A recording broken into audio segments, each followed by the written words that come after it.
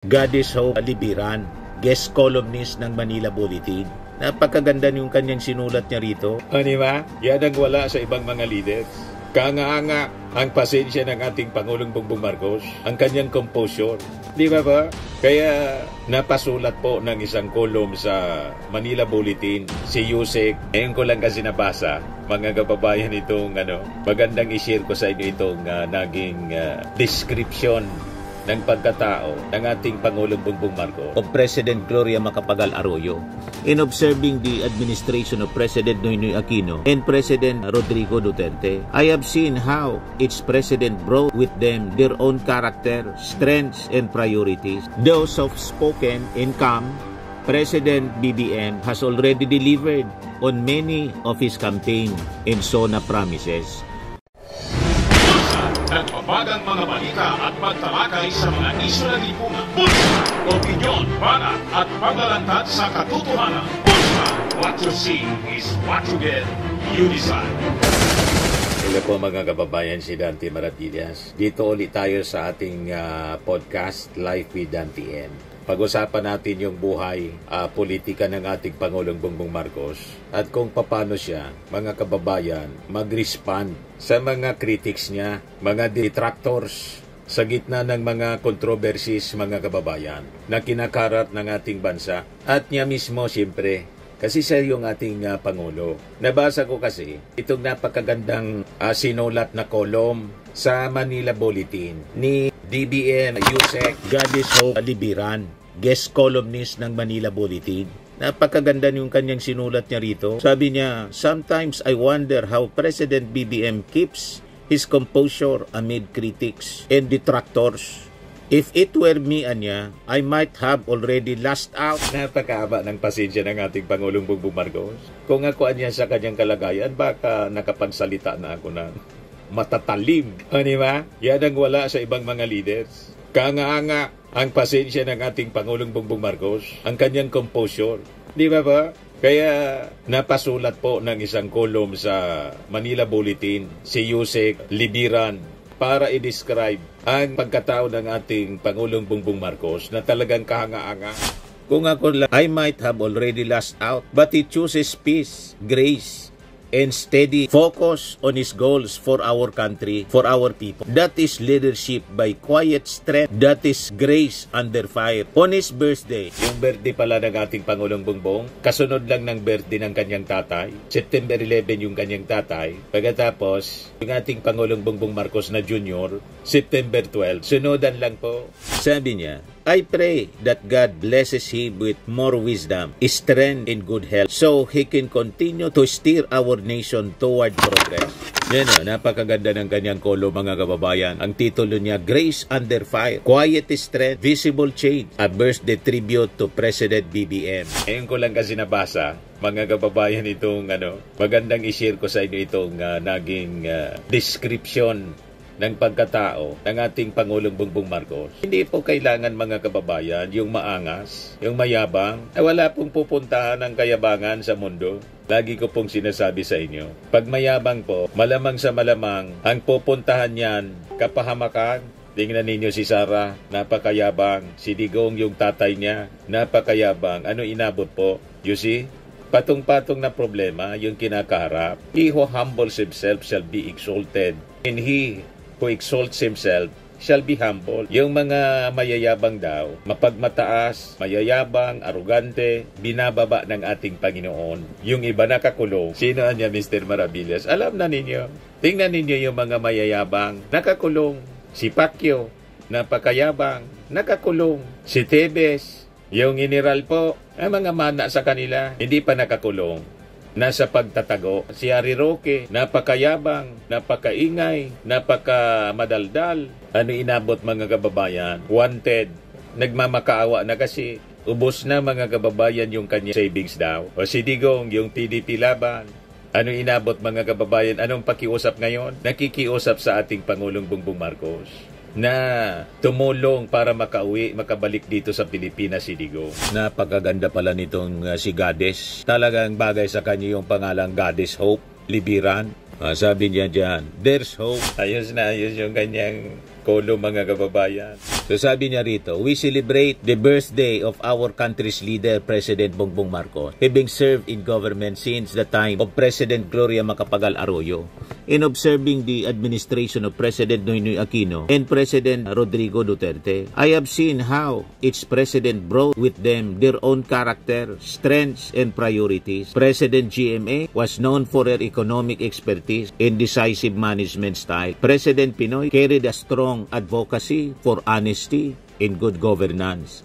President Duterte was marked by his political will and relentless focus on peace and order. Hindi na niya sinabi yung AJK. Peace and order lang po. Hindi na yung rest in peace. Ayaw makasakit ni Goddess Hope Biran. Kaya hindi na niya minention kung bakit nakakulong ngayon si Digong sa Dahig. Sabi niya rito sa kanyang column, now under President BBM, I see a different kind of leadership.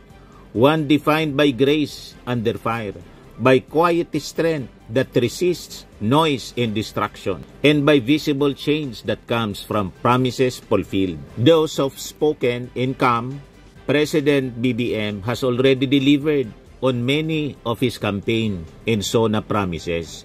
Proof that quiet leadership can move mountains. Hindi nga po mangalahati yung mga naging achievement ng previous administration. 6 years sa kanila. Si Gloria, 9 years. Si Pinoy, 6 years. Si Digong, 6 years. Pero yung 3 years pa lang ng ating Pangulong Bongbong Marcos, nilampasan na yung 6 years ng bawat presidenteng lumipas. You see? Ganon kagaling ng ating Pangulong Bongbong Marcos, kaya sa sobrang galing niya, maraming nagagalit. Ayaw kasi nila na masabing mas magaling sa kanila yung ating Pangulong Bongbong. Ang gusto nila, sila yung mas magaling. Yan ang problema sa tao po. Ganyan eh. Galit pag nasasapawan. Di ba po? Kaya pilit nilang sinisiraan ng ating Pangulong Bongbong Marcos. Pero ang ating Pangulo, kalma lang. Ganon ang kanyang karakter.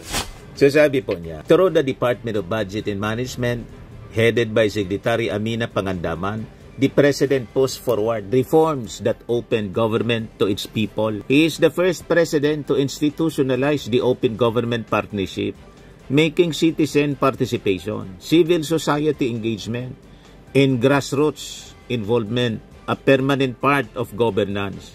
This is a historic leap for transparency, making government less about secrecy and more about accountability. He also fulfilled a major promise to strengthen our education system. Under his administration, the DBM created thousands of new positions, 20,000 teaching posts and 15,000 non-teaching posts. So teachers can focus more on teaching rather than being buried in paperwork. For decades, public school teachers carried both the burden of teaching and administrative work. Now, their load is lighter and their classrooms are better supported.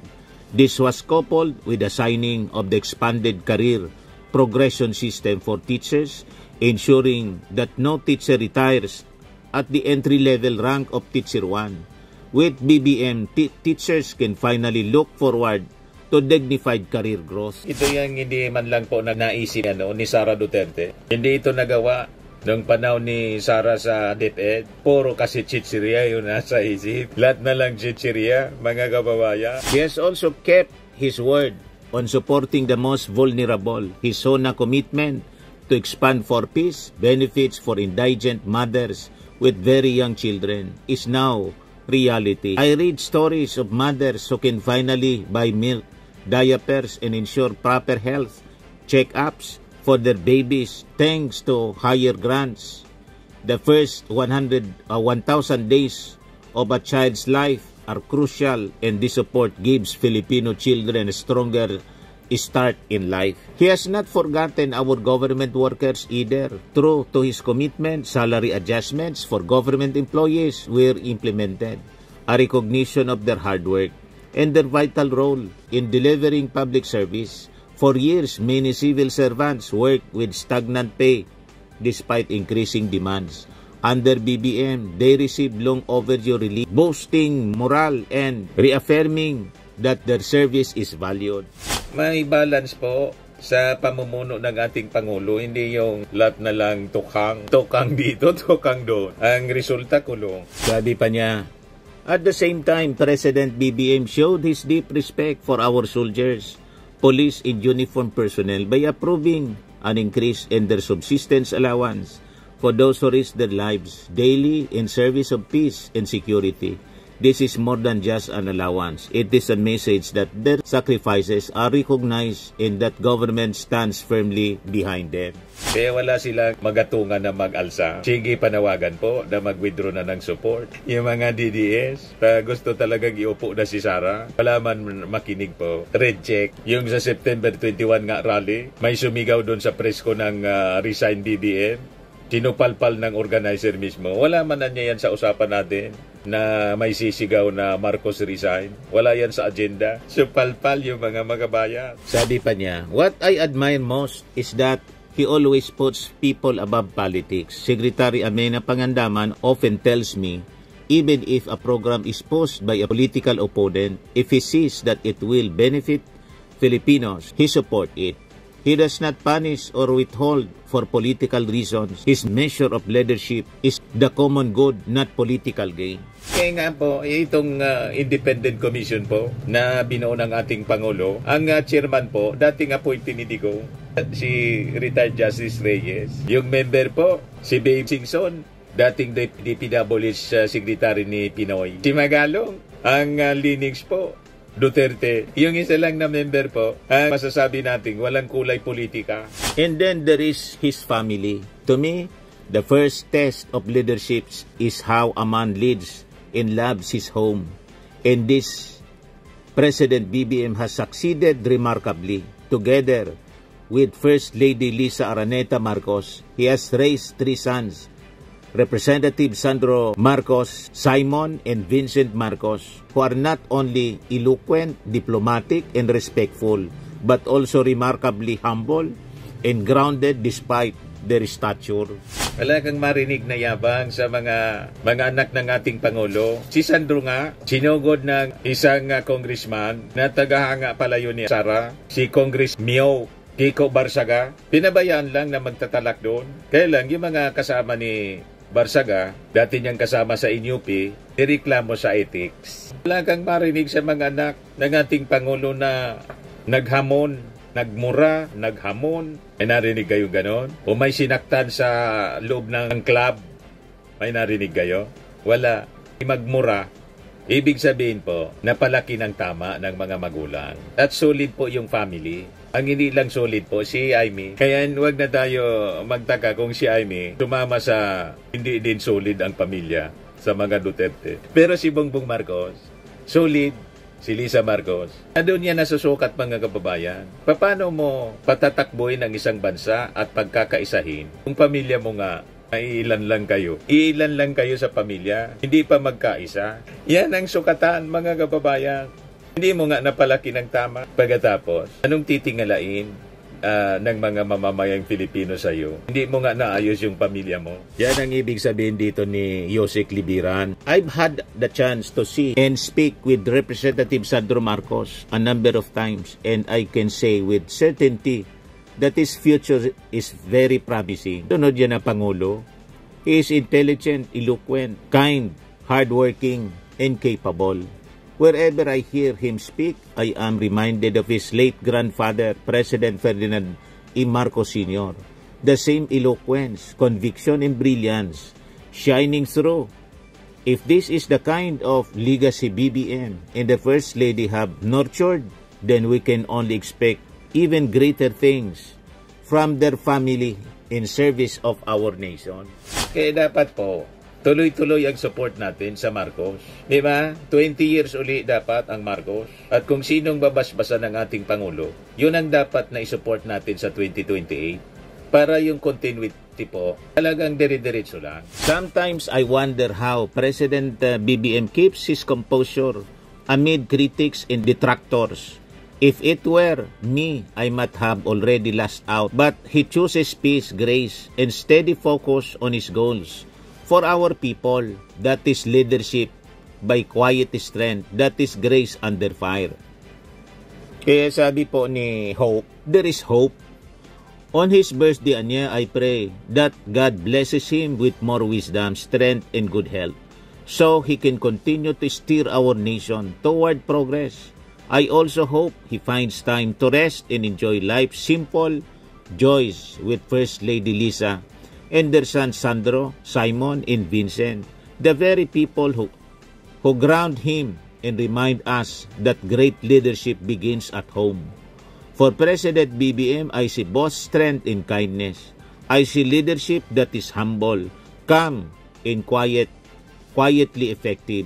I see grace under fire, quiet strength, and visible change. There is hope. Yan ang ating Pangulo. With God is hope, libiran. Yung ating Pangulo, ang pinakamatindi ng galit niya, napamura siya. Dahil sa mga balasuba, sabi ng ating Pangulo, lintikan niya. Saan nila gagamitin yung mga perang yan? Nang makita mga kababayan sa Senado, yung picture, ay Senado, sa Congress pala yun, yung picture naglimpak-limpak na salapi. Saan ba anya nila yung gagamitin? Nung gagawin anya nila dyan, napalintik yung ating Pangulo. Yun ang pinaka-malala na niya na salita, lintik lang. Wala kayong marinig na PUTA na tulad na ginagawa ni Sarat sa Kanidigong. Kasi yun ang pagpapalaki, mga kababayan, importante. Pagpapalaki ng magulang. Kung ano daw ang ginagawa ng matatanda, kahit na mali, sa mata ng bata ay tama. Kaya yung mga kamalian ni Digong, yun ang sinundan ni Sara ng mga kapatid niya. So, pari-pareho sila. O diba, mga kababayan? Train up a child, sabi sa Bible. Train up a child in the way he should go, so that when he is old, he will not depart from it. Yung magti-training po sa bata, kailangan ding i-training. Wala mang maituturong matino, kasi hindi rin matino. Nakikita ninyo, kailangan ding turuan. Anyway, yan po yung ating short video ngayon. So lagi nating tatandaan sa buhay, you become what you believe. Ako po si Dante Maravillas. Bye-bye. God bless. Ito naman po, Firmax Firming and Lifting Cream. Pinapahid po sa mga pulses and affected area. Mainam po sa paninigas ng mga kasukasuan. Ito naman po, Automax Radiant Serum. Sa mukha naman yung application. Anti-aging po siya. You will look 10 years younger than your age. Sa mga cancer patients naman po, baka lang gusto ninyo itong itry. Neng siya Red Mix Fruit Drink. Hindi mo po siya gamot, food supplement siya. Kaya lang, gawa siya mga kababayan sa goji berry. Yung goji berry, may anti-cancer properties. O ngayon, yung mga inquiries ninyo, dumiritso na lang kayo sa aming messenger sa Facebook para masagot namin agad. Ayos pa? Ayos na ayos niya, Mr. Maravilla. But anyway, ito po pala yung aming bagong product na binibenta online. I am worldwide amazing pure organic barley powdered drink mix from Australia. Negosyo to ng aking anak na architect entrepreneur Riz Maravillas. Ayan po. Kontakin na lang po ninyo siya, Riz Maravillas on Facebook. Ang mga health benefits niya, boost immunity, improves digestion, enhance energy levels, packed with antioxidants, prevent cancer. Sa mga nagana po ng malinis and spacious fitness gym, pumunta lang po kayo sa aming Colossal Fitness Gym. May Grab car rental din po kami. Ito naman po yung bago naming product na binibenta online. Eye Glow Serum, whitening po siya. Tingnan ninyo yung epekto sa aking anak na architect before and now. Yung mga inquiries po ninyo, dumiretso na lang kayo sa kanyang Facebook account, Riz Maravillas.